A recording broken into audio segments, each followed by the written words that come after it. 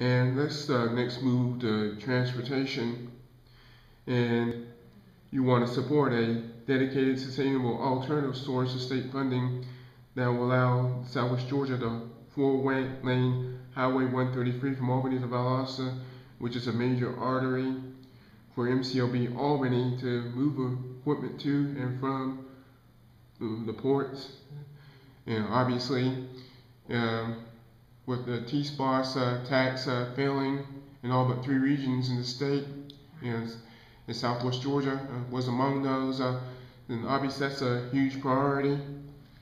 It is a huge priority, but I just want to make the distinction that it's really not the base that's advocating for 133. Years past, I think people who have been at this a lot longer than I have been will tell you they remember when that was a key issue. And obviously for the base, there are other roadways that they use. But business leadership and leadership in the region really feels strongly that 133 will be important as a four-lane highway during the reset.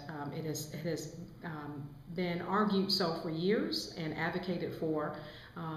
Obviously, T-SPLOST was a major blow to those who advocated for it because the business community, certainly in Albany, saw it as an opportunity to bring some much needed funding to the table for local projects, not just for 133, but there was a punch list of local transportation projects that a lot of people worked really hard on for more than a year to put this list together. And these are transportation projects in corridors that often are overlooked by the state. We saw it as an opportunity to advocate for the dollars that will be controlled locally, spent locally, but neither here nor there, that did not pass in all but 3 regions in the state of Georgia. So it's sort of back to the drawing board. We're all, as communities, fighting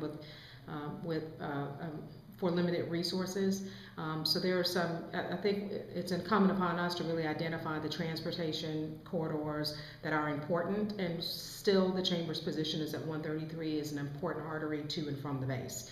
So we continue to advocate for that. We've had some conversations with the policy advisor to the governor and continue to keep those conversations going forward. Again, we're all challenged with coming up with those necessary transportation dollars.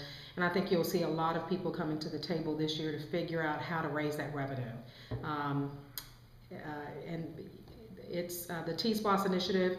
You know, frankly, when you have a major referendum like that fail, you're not going to see a referendum like that come back. And that's what the people said they didn't want. So I think we just got to be creative and not give up, and really be thoughtful about prioritizing what's best for the region and not particularly for one community over the other.